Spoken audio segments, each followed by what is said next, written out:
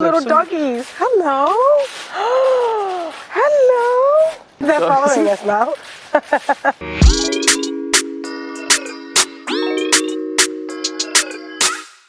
Hello. We are back for Lockdown Conversations, episode 2. We are back, and this time I'm with Sammy. I know, right? How you Look doing? at us catching up outside of work. I know, right? So yes, we are back to discuss all things lockdown. Last week we were chatting a bit about uncertainty. Me and Gina chatted about that, and this week we're chatting a bit about what's it like. What are we going to do going into round 2 of lockdown? Now, first of all, Sammy, which way do we go? Left or right? I'm going to say right. Yep, this way. Let's just go right. Let's go right. Let's see what happens here. So we're in a park for a socially distanced walk, just to catch up and chat and kind of see how each other are doing. So yeah, how are you doing, Sammy? I'm okay. Like last time, when we went into lockdown and I was okay, it wore off after like a day. But I genuinely feel good because I kind of feel like I know what I'm doing now. Yeah. So I'm keeping myself busy, keeping myself all right. Like, how are you finding it? I'm doing all right. Yeah.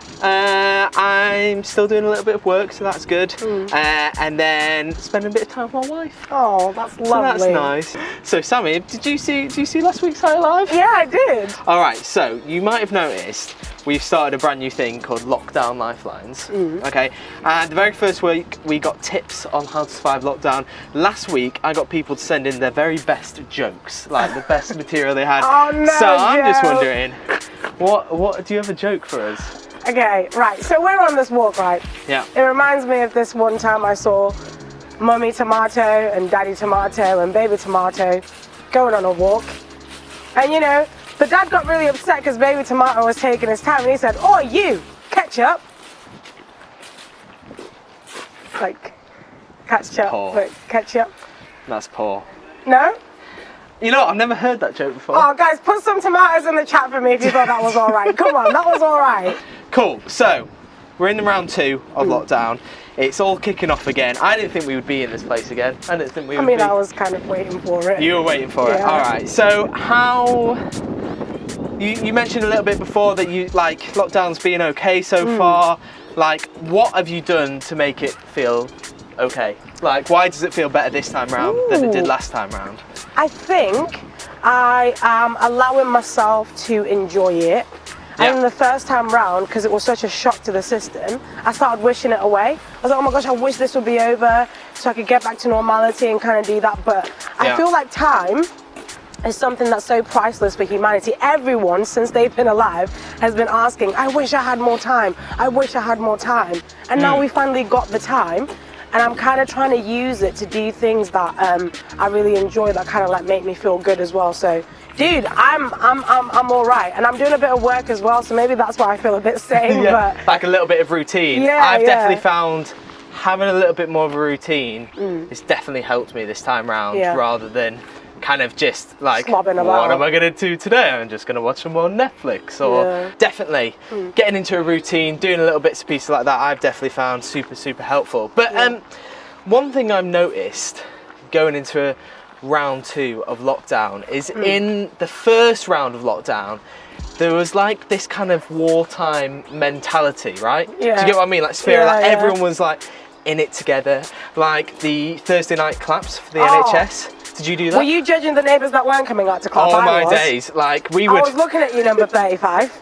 You weren't there for 3 weeks. No, I'm joking. But there was, right? Just Yeah, like, no, there was a complete, the spirit, everyone was like, you know what, we're in lockdown, but it's going to be okay, like, we'll sit on our sofas in unity and watch TV in unity, and it's going to be all right. And like, we set up a WhatsApp group down our street. Oh, nice. And I started chatting to neighbours that I've never chatted to before. We baked a lemon drizzle cake for our neighbours. So yeah, it's pretty good. Anybody else want to be Joe's neighbour right now? We are a great neighbour. Flippin' heck. Great neighbour. Did you do anything like that? Well, we were helping a lady that lived on our street because she couldn't really kind of like go out and get her shopping. She was so fun to get to know. She was really funny. Yeah, that was really cool. That's cool. I love that. And I wonder if you have any stories like that. I wonder if you, during the first time lockdown, you got involved. Maybe you spoke to a neighbour you never spoke to before. Why don't you put that in the comments if you ever did that? Oh, cute little doggies. Hello. Hello. They're following us now. Bye, dogs. Oh. I'm not even a dog person, but they were cute dogs. They were beautiful dogs. They were beautiful dogs. Very neat. And so going into lockdown number 2, it doesn't really feel like that, does it? It doesn't. Like, it literally, when I found out about lockdown, I was just like, really? Really? Joe's over it, people. I'm done. But, yeah, it doesn't really feel like that same unity as we had in the first lockdown, does it? It doesn't really feel like everyone's in it together. Yeah. Don't know if you've noticed that. No, I think it has been like a massive, like, flop in energy. I do think part of it is just because people are a bit over it. But yeah. Yeah, that's it. I think people are just over it, right? We just didn't really expect it to kind of happen again. So, I suppose my big question for today is, how do we get a bit of that wartime spirit back? Like, how does that happen again? I think, do you know what? I think it's probably because the first time round, we kind of looked around in society and kind of like we're looking for who are the people that are pushed aside, who we can kind of like actually be grateful for, like the NHS staff who do so much, NHS staff who do so much for us. And it's like, I think right now we need to figure out that there are people who are still working hard. Number one, the NHS is still working hard, hard as ever. Like, we should still continue to kind of like be grateful for those guys and cheer them on. Like teachers, all my days, like, you know, like Daniel's wife, Emily, she's going to work every single week teaching her pupils. Like, they're kind of putting themselves like at risk because young people, it doesn't affect them, COVID, but they tend to be carriers. So it's like they're going right where it's at. And I think we should do something kind for those guys. And I even wonder, for you guys, who do you see in society right now who we can kind of cheer on and encourage them in what they're doing? They're the people that we can cheer on together and kind of get that spirit back. Do you know what I mean? Totally get you. You know what, Sammy? I reckon we try and find a bench somewhere and we can chat about this a little bit more. Oh, let's do it. Let's do it.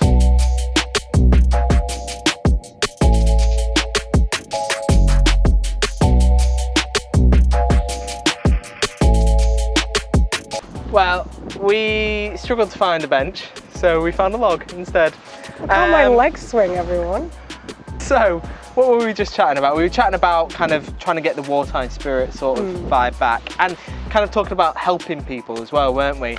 And I think for me, it's like, cool, during these moments, it's so easy just to look after me. Yeah. Do you know what I mean? And look after myself. But like, look at the person of Jesus, and he was always helping people, wasn't he? That was like kind of his thing, like going out and helping people, that he would always have time for people. I think one of my favourite stories in the Bible is when Jesus helps that woman who has been sick for like 12 years, and he's in the crowd and he's super busy because he's trying to get called away to someone else's house, and he's super busy in this crowd, and then this woman touches him, just thinks that maybe I can be healed. If I touch his cloak, maybe I'll be healed. She does it, she's healed, but Jesus doesn't stop there. He chats to her, talks to her, and spends time. He's really busy, but he actually spends time talking to her. And for me, that story shows me that even when I feel like I'm really busy to help people out, or I'm just trying to get through this situation on my own, actually, I need to lift my eyes and see there's so many other people that I can help out. There's so many other people that need help. I think there are so many stories within the Bible where we see Jesus in the middle of the business of his life. He stops and he looks outward and he helps the needs of those around him. And one thing that's amazing is for us as Christians, like being a Christian is all about being like Jesus, being like Christ. And for us in the business of this world right now, I want to challenge you guys, like who around you that you can see would actually benefit from you helping them, or actually benefit from you taking the time out to reach out to them. I know one thing that was mega for me in school is there was always people that felt a bit excluded. And especially imagine like in this time as they're just kind of like, whatever was happening at home, maybe their parents aren't able to work anymore, like what could you do to reach out to that person to make them feel like they're seen? I like that. What people around you could you possibly see the need of? Maybe they need food or whatever. Like last roundtable sessions that we did, Dan talked about this young girl who took her birthday money and donated all this food to a food bank. And for me, that still stays with me and it challenges me. So cool. And especially in this time, there is so much need around us, and we can be like God's hands and feet on this earth, like Jesus did. We can do that stuff, and we can look outward and help the people around us. Yeah, that's really, really cool. Like you're saying, like Jesus,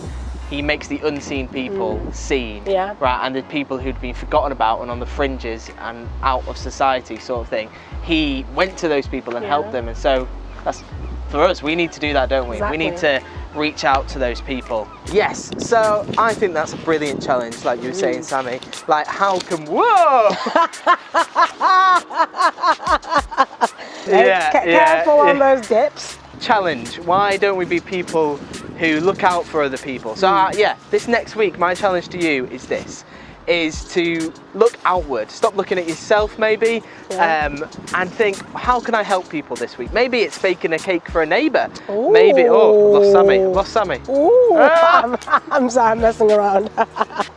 Maybe it's baking a cake for a neighbour. Maybe it's baking a cake for a neighbour. Maybe it's like helping out at a food bank. I don't know. It could be anything. It could be really simple. It could be just sending an encouraging text message to a friend that you've not seen in a while. Whatever it is, this week, why don't you try and help someone? That is our challenge to you this week. And in the comments below, why don't you maybe put some ideas on how you could help people? Or maybe you could even let us know some of the things you've done to help people. What little acts of kindness, what have you done to help people during this time? Remember, there is a God who loves you, who sees you, even in those moments when you don't think anyone sees you. He loves you and he cares for you, and he's got a plan and a purpose for your life. We'll be back next week for episode 3 of Lockdown Conversations. Thank you so much for joining me, Sammy. Thank you for having me.